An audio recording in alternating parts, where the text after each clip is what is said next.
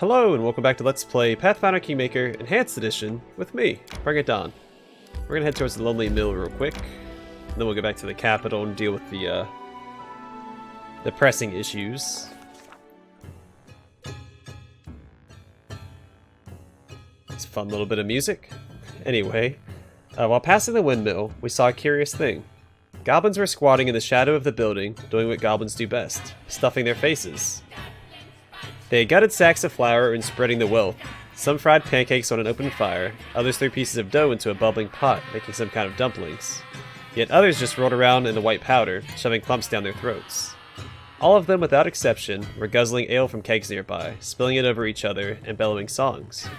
When they spotted us, the merry goblins, possibly due to the ale, stood their ground. Instead of fleeing, they started to whistle and wave, inviting us to join their feast.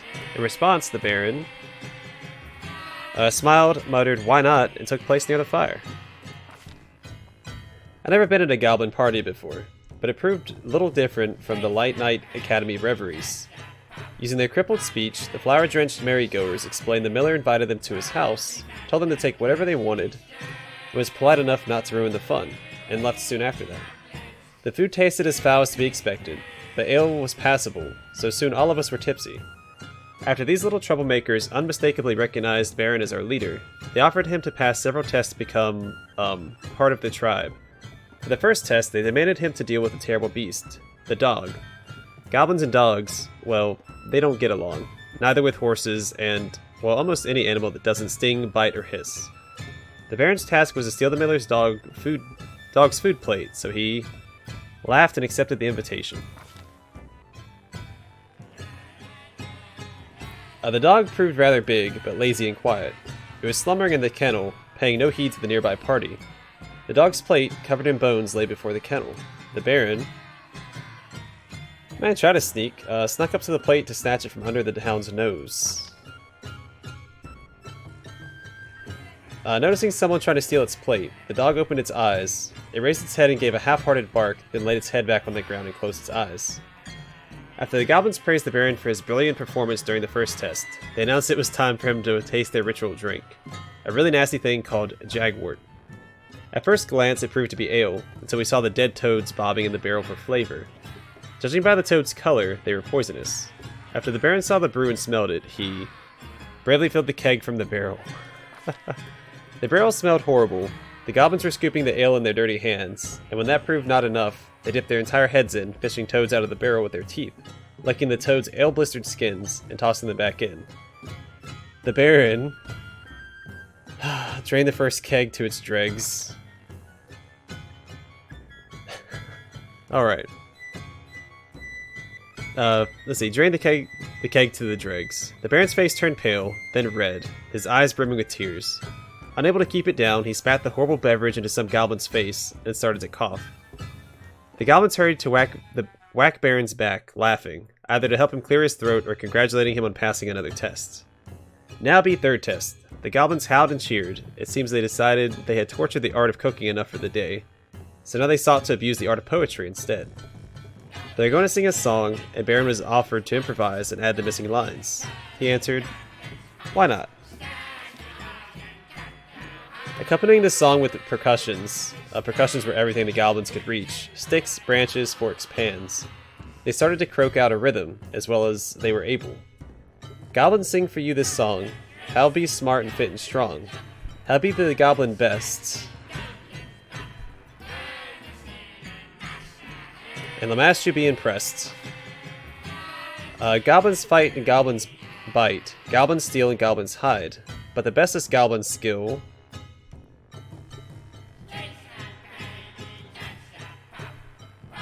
is to kill and kill and kill. Manicore deep in the wood, eats goblin for food not good, so as not to be his prey, quickly hide and sneak away. Goblin king be strong and wise, Manicore he want full-sized, but we better eat and drink. So a toast to the goblin, yeah, we stay here till next spring, sure. Goblin sang this song to you. If you be a goblin new, always heed these simple rules. To be smarts and no fools. After the song was over, the goblins laughed and applauded. Finally, the song was over. My ears almost bled from the rhymes, but the Baron kept calm. To the goblin's utter joy, he finished his song and got a standing ovation as a reward. Finally, the food and ale were exhausted. Casting sad glances at the empty sacks and barrels, an elder goblin sighed and started a speech about how he remembered the happy old times when they were full, but no one seemed to be listening. As the old goblin rambled on, another goblin slurring his words, invited us to the next party in their village, and after many false starts, gave us directions on how to reach it. A dubious honor indeed, but a useful bit of information. After that, the sodden merrygoers stumbled away, burping and licking their fingers happily.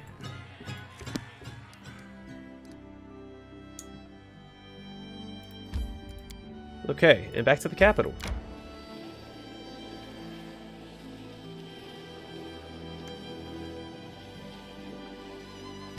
I'm not gonna lie, that event was hard to read due to the music.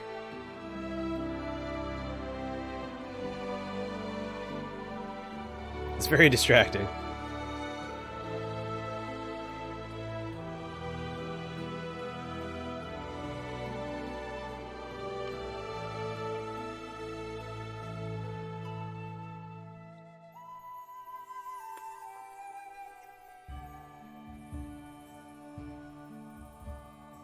Alright, let's go see if I have anything to sell. I'll sell it to the merchant and then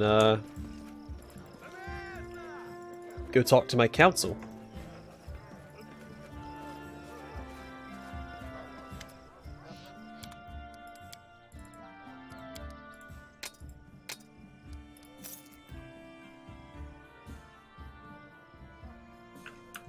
In due time.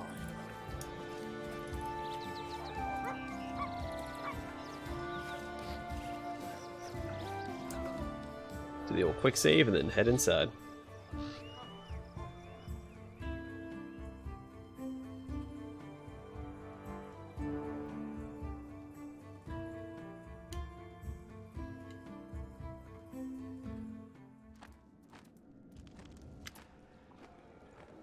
The throne room is full of people. Your allies stand around the throne waiting in silence as you approach. The atmosphere is tense. Today you'll be discussing the strange and deadly blight that's recently struck your barony. The gloomy silence is only penetrated by loud chewing. Nanak has grabbed a whole fried chicken from the table and is busily devouring it, ignoring everyone else completely. Jod folds his hands on his chest. Well, now that we're all here, let's sum up what we know. We've each spent a lot of time and effort to learn what we can about where the monsters come from and what's causing this strange disease.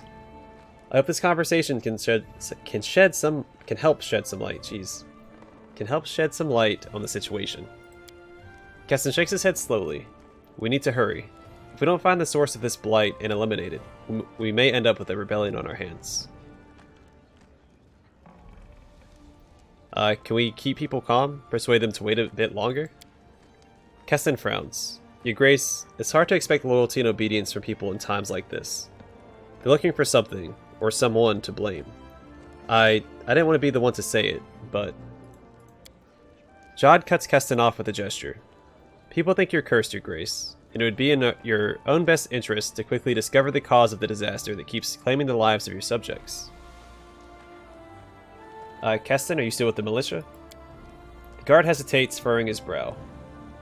Your Grace, I understand these people very well. They're tired of just waiting and hoping.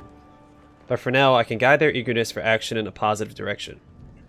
I'm glad to help them avoid hasty decisions that could cause more trouble. At the same time, I'm convinced that a crowd of terrified villagers who've armed themselves can't truly be our salvation. This barony has a chance only so long as it has authorities and laws. My top priority is helping you remain that authority and that law. Keston takes a deep breath after the unusually long speech. I just wanted to assure you that I'm on your side. Jod, how do you come about these rumors of a curse? Jod bows his head. Each day I see dozens of infected, Your Grace. Many people have lost their loved ones or fear they soon will. They all want to know what's going on, who deserves the blame, whose sins brought this blight upon them. Trust me, every day the number of people willing to pin the blame on you grows. They say you and your barony are cursed. Of course, I don't believe a word of it. There isn't a curse, but some disease which has somehow manifested itself in your barony. Jod raises his eyes to meet yours. Trust me, I won't leave you until I find the source of this disease, regardless of what these poor people may say in their delirium. Well, let's summarize what we found up to this point. Jod, Keston, and Tristan look at you closely. Jod, the surgery showed it was magic seeds causing the disease, correct? Right. Judging from the location in the patient's bodies, these seeds were ingested. It seems likely that they're initially extremely small, almost invisible, and people simply swallow them with their food. Once the seed is in the stomach, it begins to grow and cause the symptoms we've seen in our patients. As soon as the seed gains enough strength, it sprouts and turns into a magic portal. Just like a bud turning into a flower. Aristal, forgive me. Jod stares into the distance a moment. Something must have possessed me to say that. It really does look like blooming. Each seed tears the body of its victim, just as flower tears its buds. Its bud. Keston, we discovered that the Lamashtu cultists weren't involved with the monster infestation. Keston nods. It doesn't mean they're innocent of other crimes, but the monster invasion at least is not their work. Hearing the name Lamashtu draws Knock-Knock's attention. Mother is not to blame here. Told you, but who listens to me? Goblins obviously like having all these monsters around. To them, it's like a sign of Lamashtu's benevolence. Keston grunts. I'd say they're just excited by anything new that happens. I wouldn't be surprised if they're linked to this story somehow. But I doubt the seeds were created by goblin shamans. Besides, a plan like this seems a little beyond the local goblin chief's intelligence. Knock-Knock raises his head. Know what I think? I think Goblin King is rotten lice scratcher. Shaman plays him like reed pipe, babbles about Lamashtu, then plots behind his back. Can you tell me where these monsters come from, Tristan? The ones that appear because of this bloom. Tristan raises his eyes from the papers on the table. Undoubtedly from some world alien to our own. All the monsters appearing from the bloom are exceptionally large and strong. It would be rare to encounter such specimens in the Stolen Lands, or even on most of Golarion. But it's impossible to say what it is that lies on the other side of the portals that's intent on killing your people. That's all I need to know about the results of the research. Keston and Jod exchange glances. Tristan continues to dig through his papers. So the bloom's essential properties are strange seeds getting into people's bodies, which causes their disease and eventually creates magic portals. Now we just need to discover where the seeds are coming from. Tristan, who'd been examining the map on the table from the shadows, gives a small cough. If I may, I've noticed an interesting detail. Well, 2 details to be precise. First, the seeds afflict mostly the villagers. There have been no recorded cases of disease within the city limits, except for those who came here looking for the cure. Jod nods. That's right. Thus we can assume a common factor in how people are exposed to these seeds. Many villages get their food from the same territory.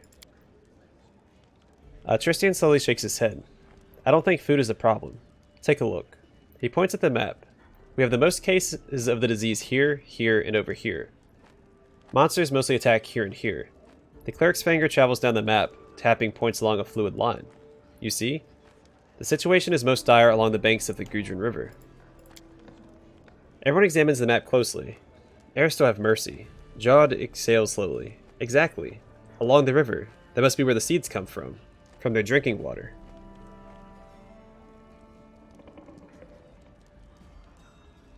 Keston, the militia most often finds monsters by the river, right? Were you saying the monsters are just coming to the river to drink? Keston rubs his forehead. But if what the cleric says is right... there are dozens of villages along the riverbanks. Hundreds of people. How many are likely already infected? Jod looks at you closely. Are you suggesting we wait for them all to succumb to this bloom, Baron?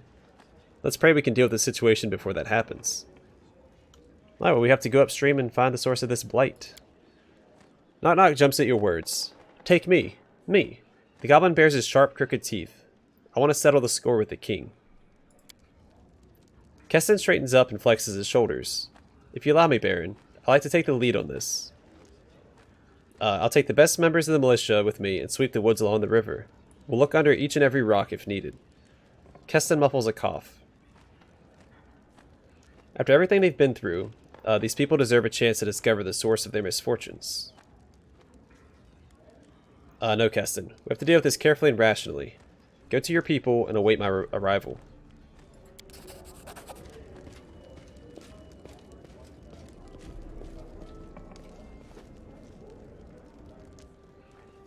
Keston casts his eyes down. You're right, of course, your grace. I'll order my men to get ready immediately. We'll wait your arrival, then make our move. Keston gives a short bow, turns around, and leaves. Jod, how are the patients in the prison doing? The cleric smiles satisfied. After finding the source of the disease, we've been working to remove the seeds from people day and night. We've saved so many. Jod's face falls. But for each patient we cure, we receive 2 newly infected.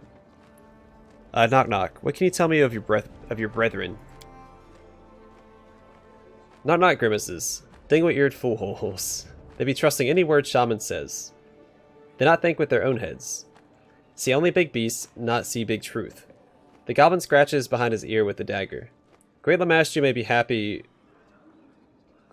happy of all big beasties around, but it not be her doing. After mentioning the goddess, Knock stops talking, rounds his shoulders, and looks around nervously. Tristian, how do you find the link between the disease and the river? The cleric glances pensively at the map. You see, Baron, these seeds are not the only sign of something abnormal at work. Remember the ruins where we first met? The glade near those ruins, full of huge flowers? Glades such as that tend to appear all over the Stolen Lands. Seems strange, does it not? Especially if we take into account that the magic seeds and the portals they create look like flowers themselves. Jod even called this disaster the Bloom. I like to research this natural phenomenon, and perhaps... Tristian stops talking as loud. Hasty steps are heard from the main entrance. I wouldn't say hasty, he's kind of taking his time strolling back in, but okay. Keston runs into the room. Your Grace, we have trouble. The peasants are rioting. Ugh, that's the only solution these nitwits could come up with. Don't worry, Baron. As long as they're not setting fire to the streets, we still have a chance of coming to a peaceful resolution. If you allow me, I'll go and speak with them, do my best to calm the crowd down. And if peace doesn't prevail, your guards and I will stand with you. Let's go. I can hear their shouting even from here. Alright, time to put down some peasants.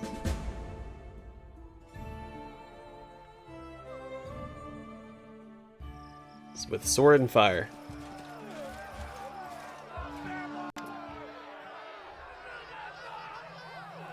The murmuring crowd takes up almost the entire square. The murmuring turns to shouts at your arrival, and a stone flies out of the crowd and strikes the cobbles at your feet. There he is, out at last. Damn his eyes. Alright, well, have good. Please hear me out before you lynch me. I know you're tired and disgruntled. I am too. Day after day, I and my companions seek a solution to your misfortunes. We've saved so many from this fatal disease, and if the gods have mercy, we can save even more.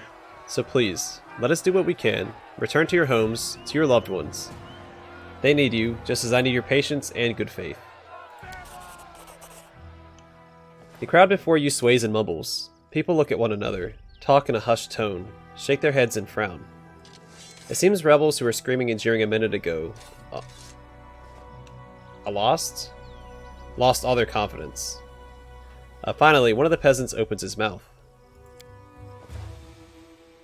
The Baron is right. You really believe this? It's pure nonsense. Don't you get it? We could run the Baron through, but it wouldn't change a thing.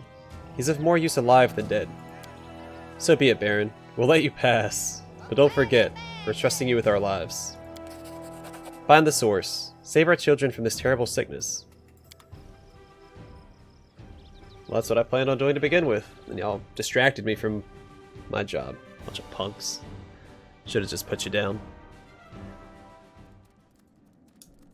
No rebelling in my lands.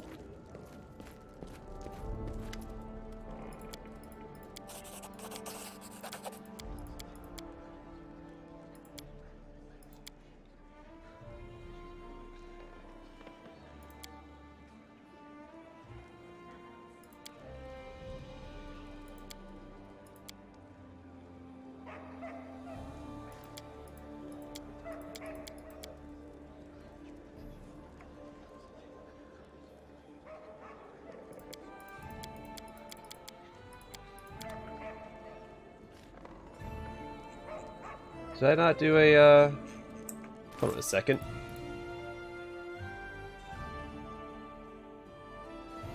Oh no, there's one more piece of the Talton set that I don't have. Okay. I'm there.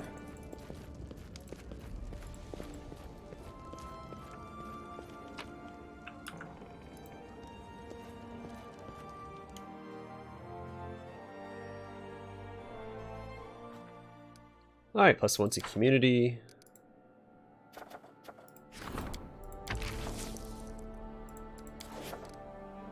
I don't know actually what my current quests are. If I take 2 weeks to upgrade him, what's going to happen? Let's quick save before I do it, so my barony doesn't fall apart while I'm making it better. I mean, it's still in the month, so we should be okay.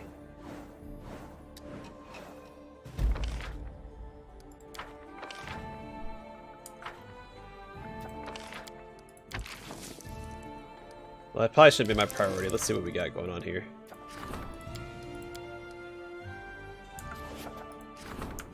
Alright, not worried about opportunities right now. Yeah, because he'd have to take care of this.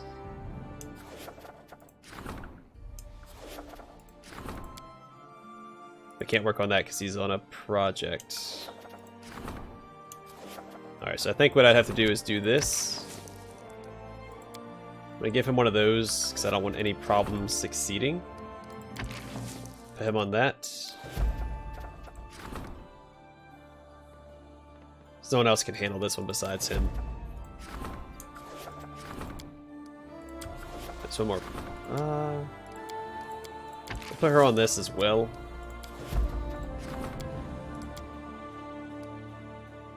And that's that. That should keep most of it. When does this expire? People are forced to... Okay, so... he should be able to get on it before it affects us. He's the only one that can do it. Let me double check that.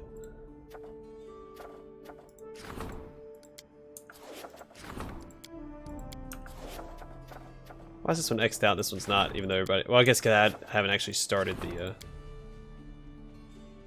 Yeah, okay.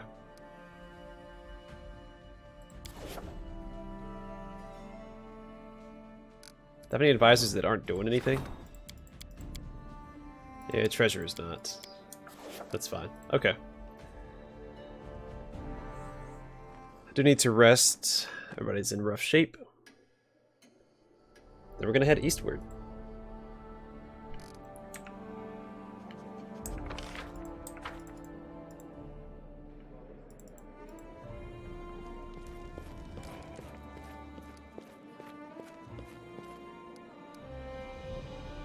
I do want to bring Knock Knock along, because this is kind of his quest. He doesn't have any gear right now. We'll be fine. We should find stuff for him in this next area anyway.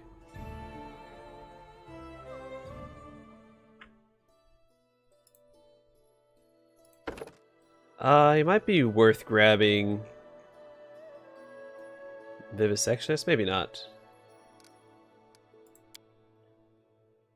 Dexterity, of course. Mobility, trickery, stealth, lore nature, perception.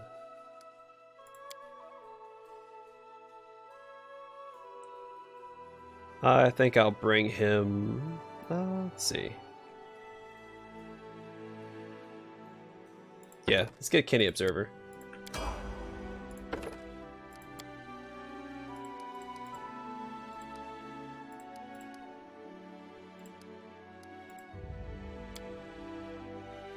Improved to weapon fighting, of course.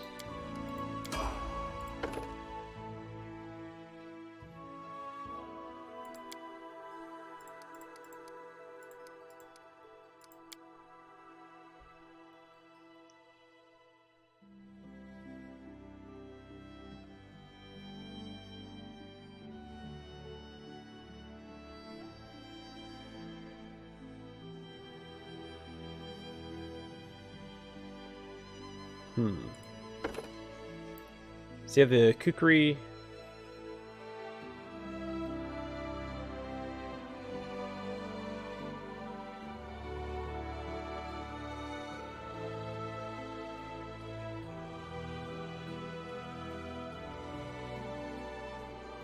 Sorry, am I losing my mind? Does he not have the kukri? Oh yeah, he does. Okay, he does have weapon focus kukri. Okay. Let's do a combat trick and do hammer the gap. I don't know. Do I want hammer the gap though? Yeah, we'll do hammer the gap. He should be okay. Alright, and we're going to head again down here to the Gudrun River and then head east.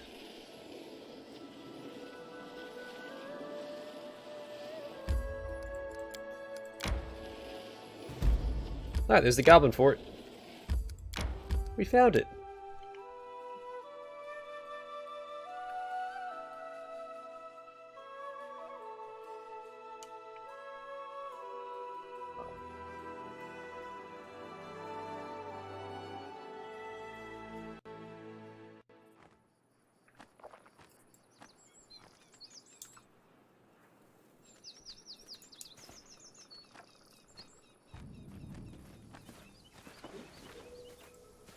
Your Grace, make haste. Help the defenders of the camp.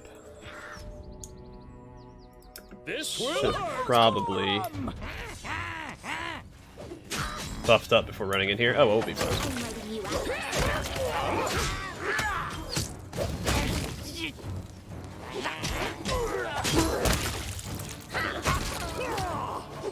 Strike my masterpiece! My gift to you! These people need help. Find some food and blankets for them and keep your eyes open.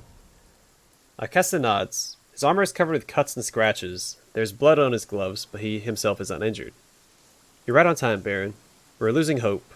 No longer now that you are here. Further down the path, behind a palisade, lies a nest of goblins. We chanced upon it while heading upriver. I have no idea when these pests managed to build it and so fast. We scouted it less than 10 days ago, and there was no trace of them. Keston regains his composure. Whatever the cause, the surrounding area is thick with goblins. Only one of the scouts we sent made it back. He reports they have raised a fort of sorts at the top of the hill, around a totem to Lamashtu. They packed the fort with cages, with prisoners inside. We managed to rescue a few of the captives. Others escaped and came back on their own. We've questioned them. They say the shaman performs rituals on the prisoners. We entrenched ourselves here to prepare for an attack, but goblins keep coming at us. They're not giving us a moment's peace. The way they're hounding us, we cannot protect the survivors and attack the camp at the same time. Keston turns to face you, his eyes determined. Only you can rescue the caged prisoners in the fort, Your Grace.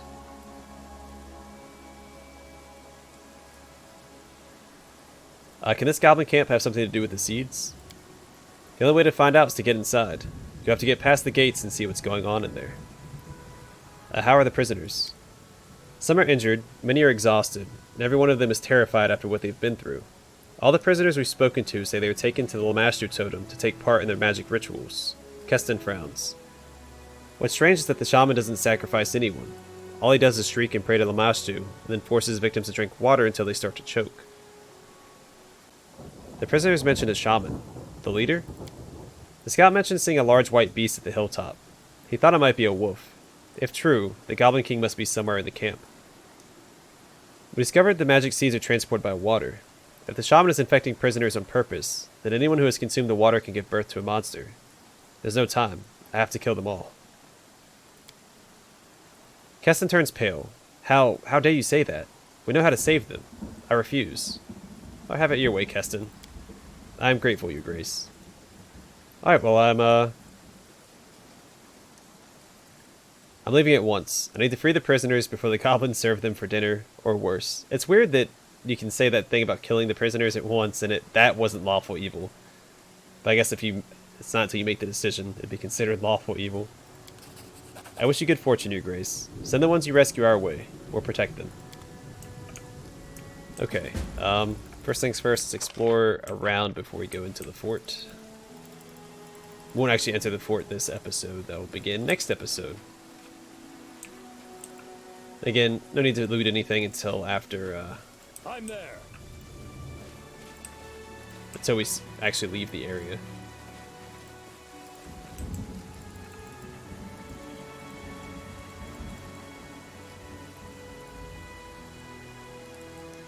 Let's go down this way. So again, this doesn't lead to the fort. Should all just be dead. And there might be some loot down here, though.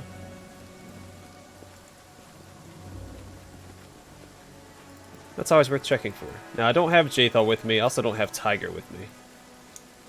I am bringing Knock along for this portion of the quest because he wanted to come. So, if they ask, then they're welcome.